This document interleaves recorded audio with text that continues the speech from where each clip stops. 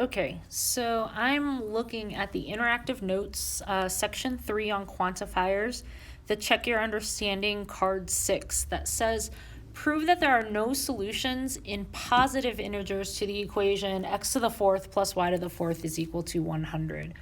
So I'm understanding that since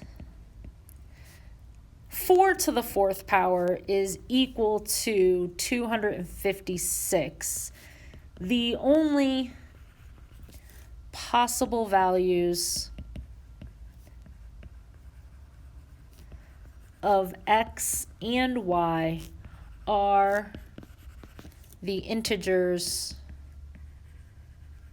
1, 2, and 3, and that's because 1 to the fourth is 1, 2 to the fourth is 16, and 3 to the fourth is 81. So therefore, they're the only three sets of numbers that could create values such that x to the fourth plus y to the fourth is equal to 100. Because if I use 4 to the fourth, it would be over 100, and therefore it would not solve this equation.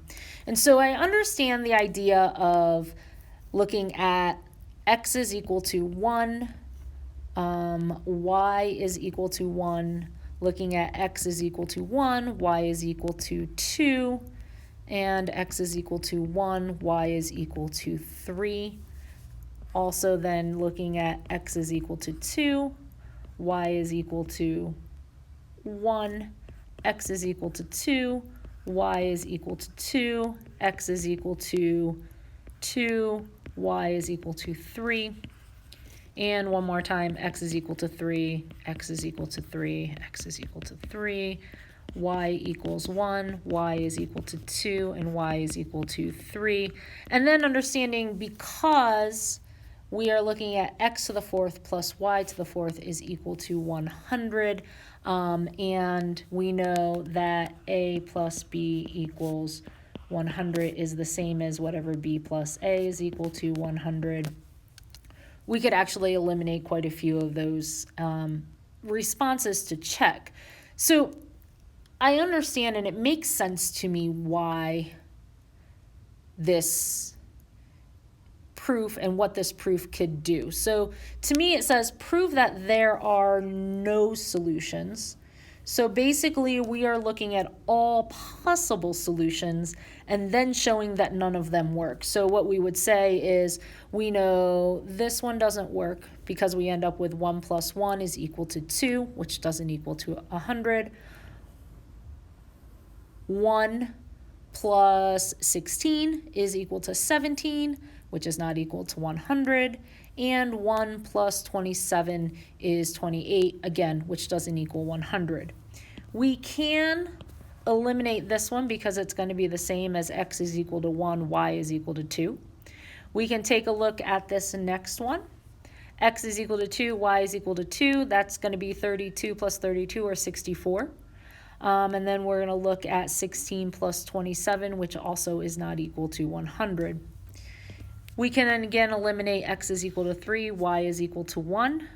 We can eliminate x is equal to 3, y is equal to 2, and then just check 3 and 3, which is 27 plus 81 plus 81, which again is not equal to 100. So highlighting the rest of these in the same color, none of them actually work to solve, and they are the only possible outcomes. So I guess the question that I really have is, what happens if it's a bigger number? Do we have to look at all of them? What could we set up so that we wouldn't have to look at all of the potential outcomes? This one, it works out nicely since there are only 1, 2, 3, 4, 5, 6 different outcomes that we actually need to test.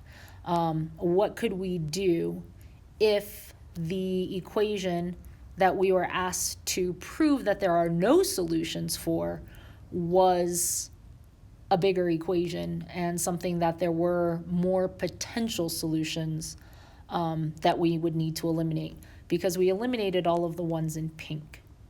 So my question is, what do we do in a proof or in a proof situation where we're asked to prove that there are no solutions to an equation? Do we have to show all of them and that all of them don't work?